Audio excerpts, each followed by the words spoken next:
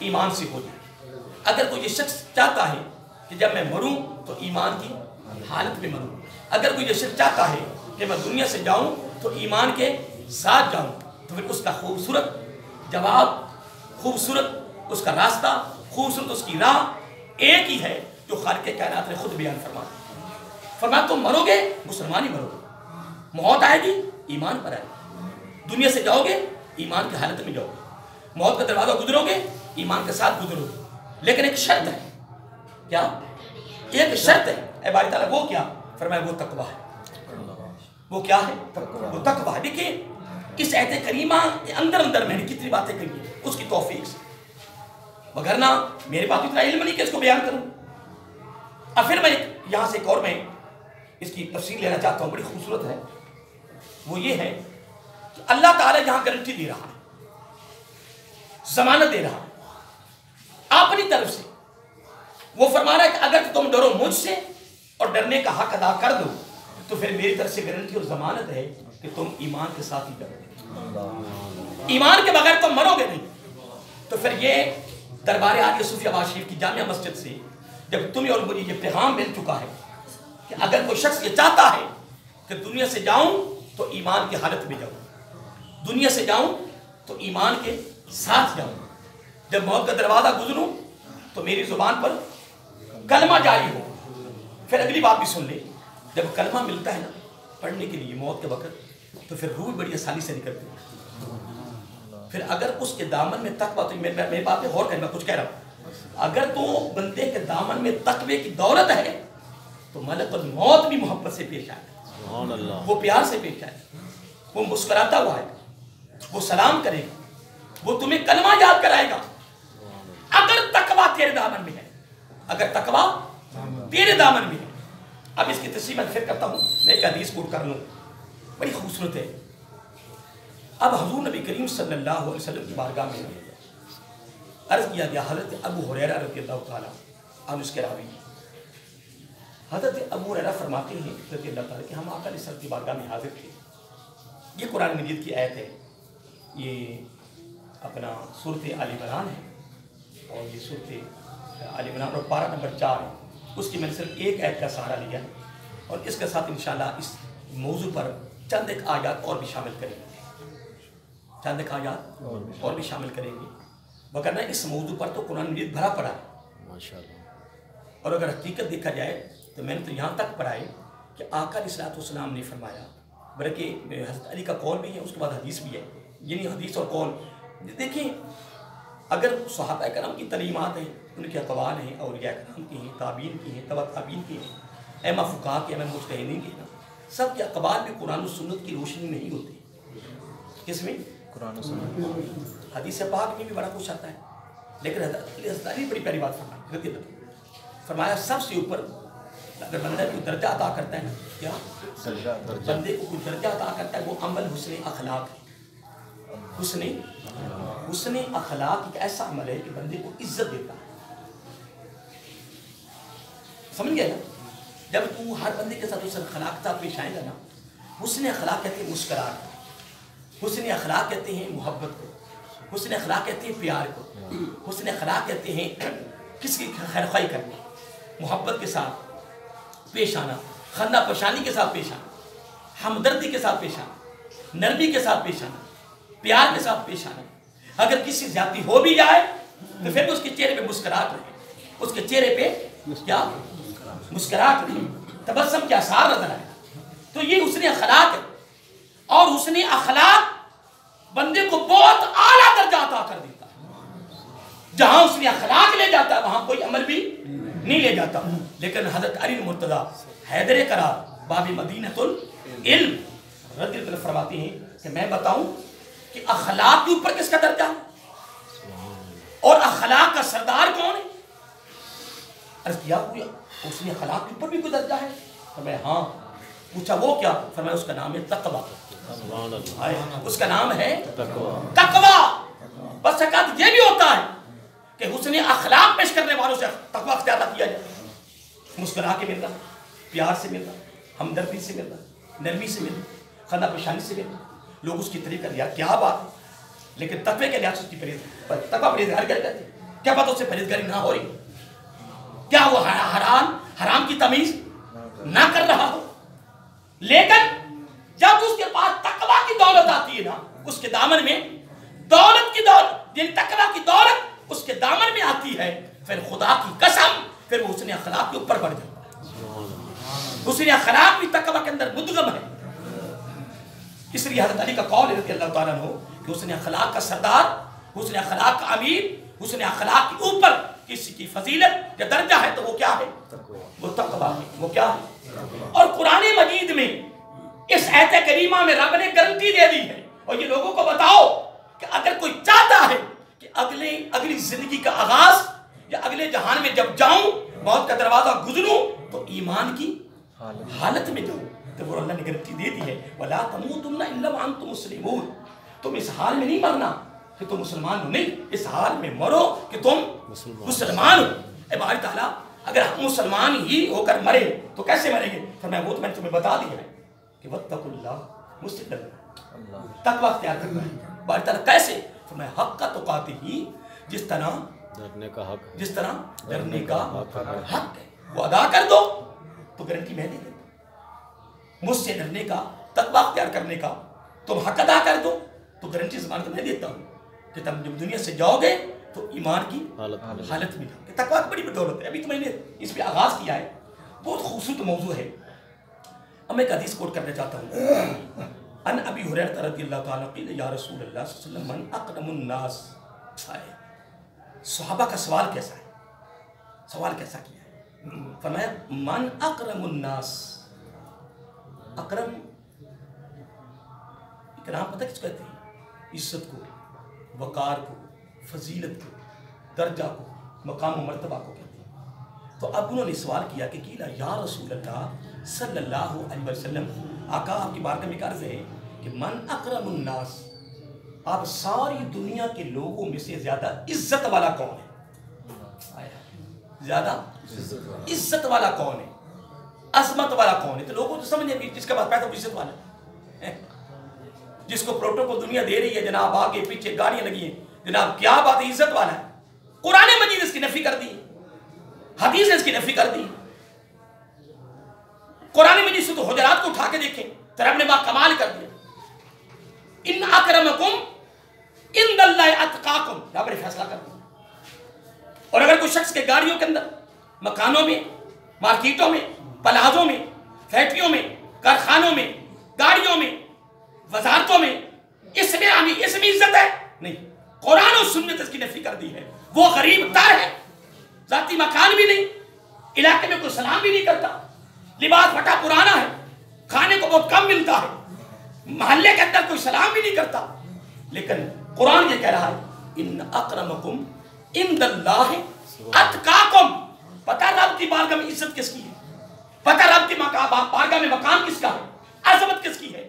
ان اکرمکم عند اللہ. اللہ تعالیٰ فرما رہا ہے سورۃ حجرات پارہ نمبر 26 کہ لوگوں میری بارگاہ میں پتہ مقام کس کا ہے، عزت اور وقار کس کا. یہ تو دنیا عارضی طور پہ ہے نا. ایسے لوگ بھی ہمارے پاکستان میں آئے، اس وقت ہمارے ملک میں نہیں. میں ایک دن مجھے ساتھ نے دکھایا، کہنے کہ جی ساری یہ چیز دیکھو. اس میں پتہ نہیں 5 یا 7 ایسے بادشاہوں کو اس نے مجھے تصویریں دکھائی کہ جو بادشاہی کرتے رہے، کئی سال اپنے ملک کے سردار رہے، مالک بنے رہے، ٹیکا تھا، خامد بیوی ایک دوسرے کو ڈرتے بات نہیں کرتے تھے کہ بات لیک نہ ہو جائے، اتنا خوف تھا. لیکن اللہ معاف کرے، پھر وہ جتنے بادشاہ ان کی تصویر 5 یا 10 ساتھ تھے، پھر وہ پھانسی پر لٹکے. کہاں عزت دنیا کے لحاظ سے، اور ان کا حال کیا، انجام کیا. لیکن خدا کی قسم ایک بات اپنے دل کی تختی پہ لکھ لیں، اپنے دامن میں رکھ لیں کہ جس کے دامن میں تقویٰ ہے، یوں سمجھو کہ وہ دنیا میں بھی عزت والا ہے، وہ آخرت بھی عزت والا ہے. اور میرے آقا علیہ السلام کی بارگاہ میں آپ نے یہ آیت کریمہ سن لی، اس میں اللہ تعالیٰ گارنٹی دے گا کہ اگر تو تقویٰ اختیار کریں جس طرح کرنے کا حق ہے تو پھر میری طرف سے گارنٹی اور ضمانت ہے کہ جب بھی تو دنیا سے جائے گا تو ایمان کی حالت میں جائے گا. تو یہ لوگوں کو بتاؤ نا، یہ تو نہ کہ فقط تم نے تقریر سن لی، میں نے سنا دی. تم نے خطاب سن لیا، میں نے سنا دیا اور میں زور لگا رہا ہوں، تم سن رہے ہو. نہیں محترم، کمال یہ نہیں ہے.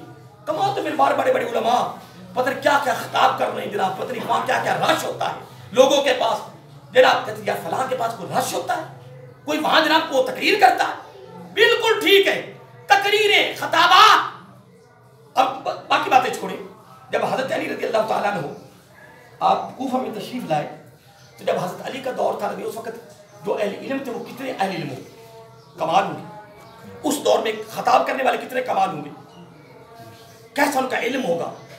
انہی سے سارا کچھ ہم نے حاصل کیا، ان کی کتابوں سے جو نے قلم چلایا وہی ہم حاصل کر رہے ہیں، وہی علماء اور وہی بیان کر رہے ہیں. اس دور میں کتنے بڑے بڑے امام تھے، بڑے بڑے فقہا تھے، بڑے بڑے محدثین تھے، بڑے بڑے مفسرین تھے. یہ امام بخاری، امام مسلم، ترمذی، امام نسائی، امام ابن ماجہ، یہ سارے کے سارے امام بعد میں آئے ہیں. حضرت علی کے دور میں نہ تھے، امام حسن حسین کے دور میں نہ تھے، حضرت امیر معاویہ کے دور میں نہ تھے. یہ سارے بعد میں آئے ہیں اور کتنی کی کتابیں لکھی ہیں. تو امیر المومنین حضرت علی مطہر کرام رضی اللہ کے دور میں کتنے اہل علم لوگ ہوں گے. جب آپ کوفہ میں تشریف لائے تو بڑے بڑے فقہا، بڑے بڑے ائمہ تھے. لیکن جب حضرت علی رضی اللہ تعالیٰ عنہ نے سارے کوفہ کے بڑے بڑے اہل علم کے خطاب سنے تو حضرت علی کو کسی کا خطاب پسند نہیں آیا. یار وہ دور ایک علم کا دور تھا. میری بات پہ غور کریں، جو جملہ بول رہا ہے وہ دور تھا علم کا دور تھا. وہ علم ایک بہت بڑا مرکز تھا. اس وقت کوفہ میں بہت بڑا مرکز تھا اور بڑے بڑے مراکز تھے فقہا کے، محدثین، مفسرین کے، اہل علم کے. الگ الگ ان کی درسگاہیں تھیں، ان کے مراکز تھے، ان کے مدرسہ تھے، بڑی بڑی درسگاہیں تھیں.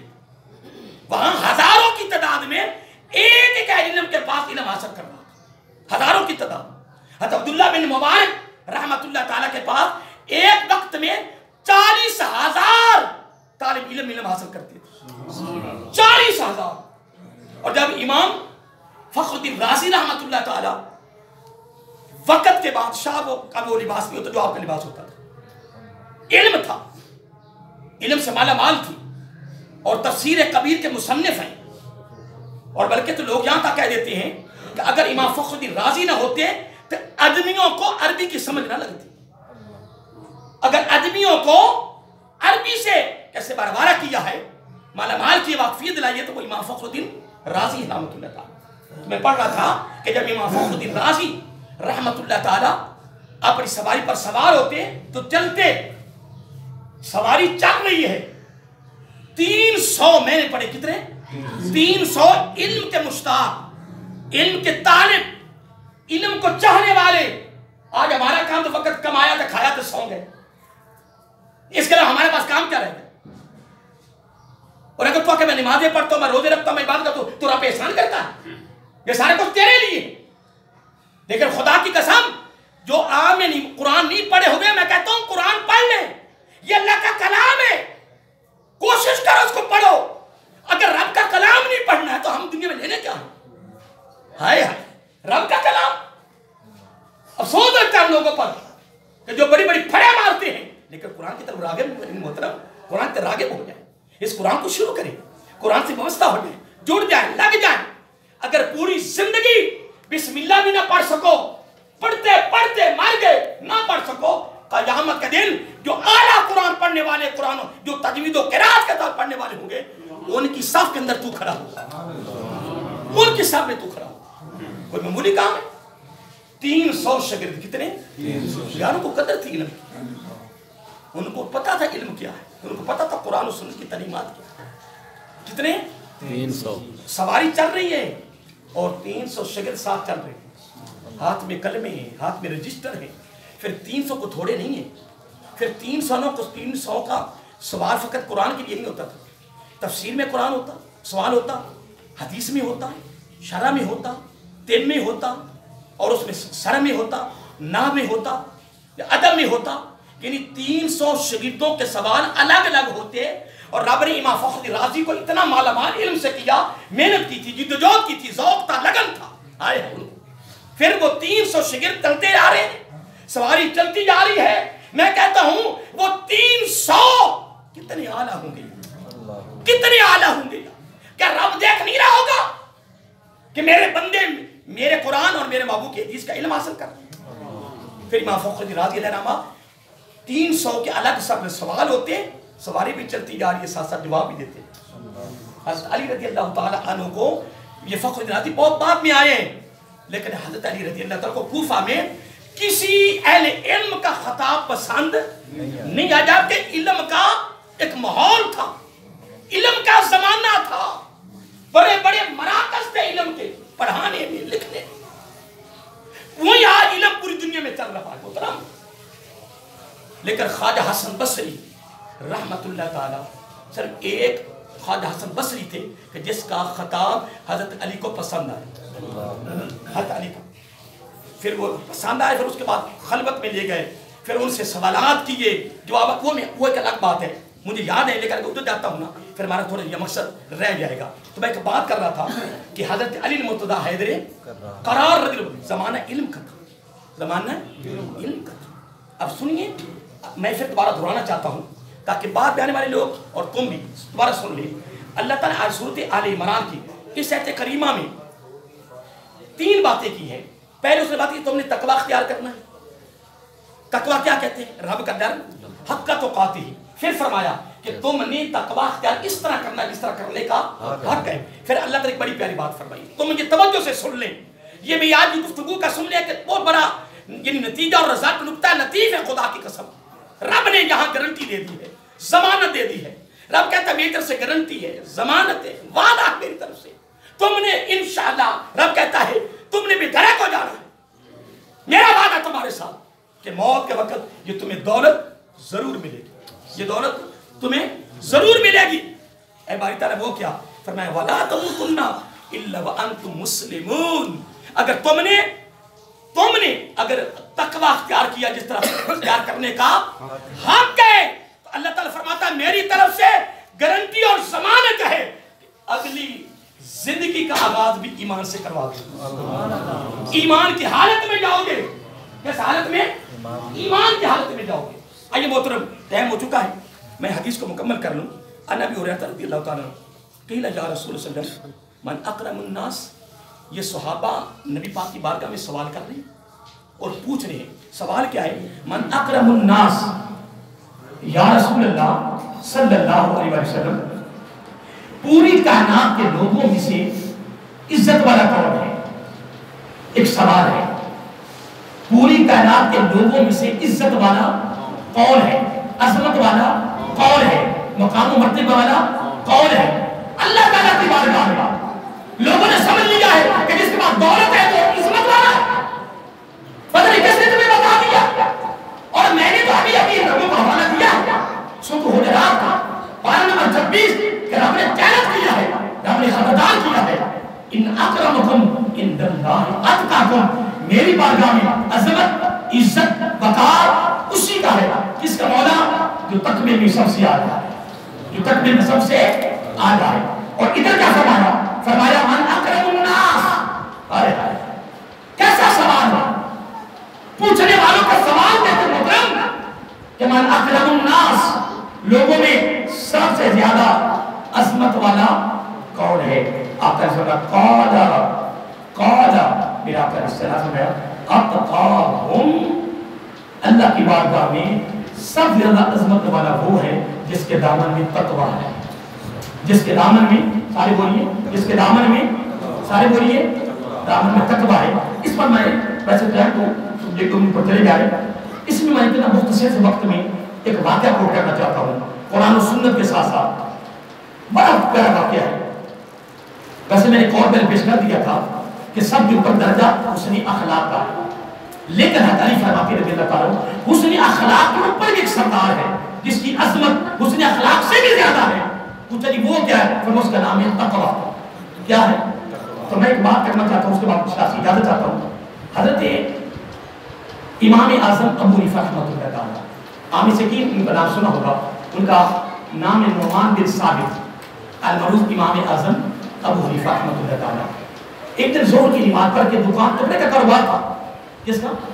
سارے بولیے، کپڑے کا کاروبار تھا، اور پوری دنیا میں امام مشہور ہے، حنفی، سارے انتے مقدر ہے، محنت کی تھی، 17 سال کے وہ بھی ایک امام صاحب سے ملاقات ہے، حضرت حماد سے ملاقات ہوئی رحمت اللہ، جب انہوں نے دیکھا فرمایا نعمان تیری پیشانی میں علم کو چمکتا ہوا دیکھ رہا، ماں والدہ تو واسطہ تو فوت ہو گئے تو والدہ پہلے ماشاءاللہ دیندار تھی، بہرحال ظہر کی نماز پر دکان بند کی جا رہے تھے تو کسی نے پوچھا امام صاحب ابھی دکان بند کر کے جا رہے ہو، دکان بند کر کے جا رہے ہو؟ تو امام صاحب بات بڑی لمبی ہے لیکن امام صاحب ایک جواب بڑا کمال ہے، فرمایا بادل ہو گئے ہیں، اندھیرا ہو گیا ہے، تو جو اندر کپڑا پڑا ہے نا وہ بندوں کو صحیح نظر نہیں آئے گا، تو اس لیے میں ڈرتا ہوں کہ کہیں ایسا نہ ہو کہ اس کے اندر تقویٰ جو ہے نا وہ کام نہ ہو جائے۔ کیا بات، اندازہ لگائیں تو نے تو بلب اتنے جلائے ہوتے ہیں، تو چاہتا ہے کہ میرے پاس گاہک آئے اور میں دھوکہ کروں۔ اللہ کے بندے امام صاحب زور کی نماز پڑھ کے بادل ہے اندھیرا ہو گیا تو دکان بند کر کے جا رہے ہیں، اور اگر 15-20 تھان ہو تو آپ نے اپنے خادموں کو فرمایا کہ یہ تھان خراب ہے اور سوداگر آ رہے ہیں ان کی شام سے اور ان کو بتانا ہے کہ ایک تھان بولیے ایک تھان خراب ہے، بس کہہ آپ چلے گئے اپنے کام میں لگ گئے، کپڑا چلا گیا پیسے آ گئے، میں تقوی کی بات کرتا ہوں تو آپ نے پوچھا نہیں وہ بتایا تھا ان کو، کہنے کہ وہ بھول کے ہم بتا نہیں سکے، چاہیے تو یہ تھا۔ مسئلہ یہ ہے، مسئلہ یہ کہ ایک تھان کی قیمت اللہ کی راہ میں صدقہ کر دیتے دے دیتے، لیکن امام صاحب کا تقویٰ دیکھے جتنی رقم تھی ساری کی ساری اللہ کی راہ میں تقسیم، یہ ڈر تھا، یہ خوف تھا محترم۔ کسی کو علم نہیں ہے کہ موت کا دروازہ کیا ہے، کسی کو علم نہیں کہ قبر کا ٹھکانہ کیا ہے محترم، یہ جو چلے گئے ان سے پوچھیں یا ان سے پوچھیں جن کے رو رو کر نظریں بھی ختم ہوگی، بینائیاں ختم ہوگی، ان میں نبی بھی تھے، صحابہ بھی تھے، اولیاء بھی تھے، ہم تو ہیں بھی کچھ نہیں، ہمیں تو رونا بھی نہیں آتا، ہم تو قبرستان میں جنازے کے ساتھ پھر بھی دنیا کی باتیں، قبرستان میں پھر بھی غیبت بات ہو رہی نہیں محترم۔